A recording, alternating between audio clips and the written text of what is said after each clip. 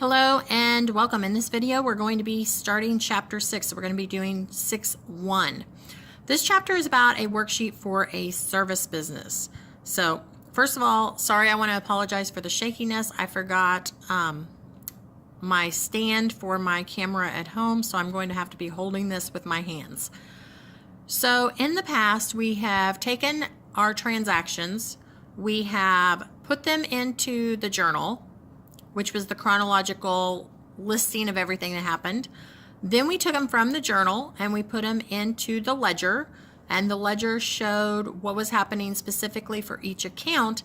And now we're going to take those ledger amounts and put them onto a worksheet.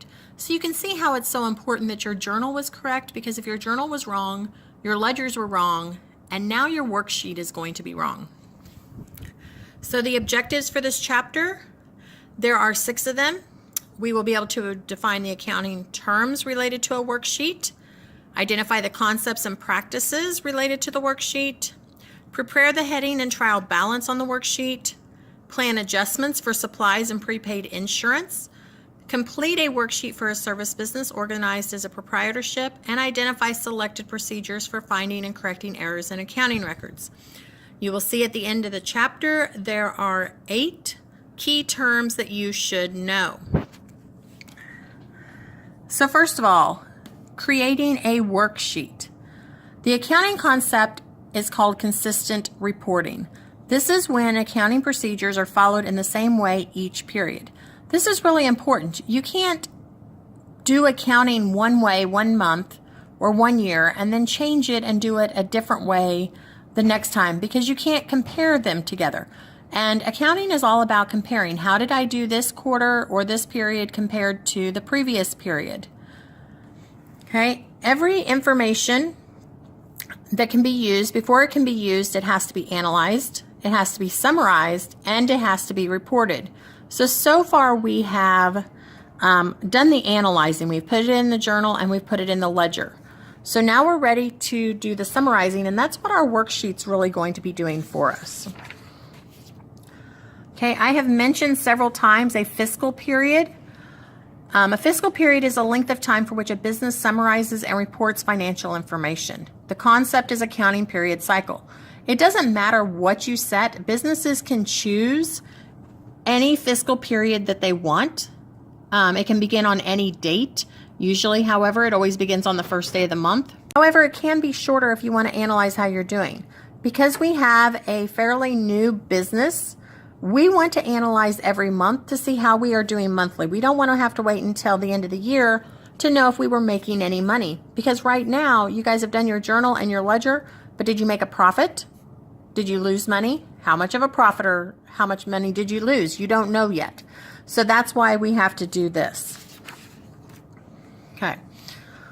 The worksheet.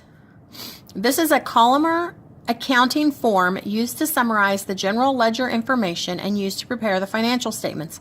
So now we're going to take all those little ledger pieces of information, all the balances. Remember how I said it was so correct to have all your balances correct, or how important it was? Because now we're going to take all those balances and we're basically going to list every account with their balance so that we can see on one page how much we're doing. There are 4 important reasons why we're doing a worksheet. The first is because we need to summarize general ledger account balances to prove that debits equal credits. We've talked about that from the first chapter. Debits must equal credits. Number 2, we need to plan needed changes to the general accounts to bring the account balances up to date.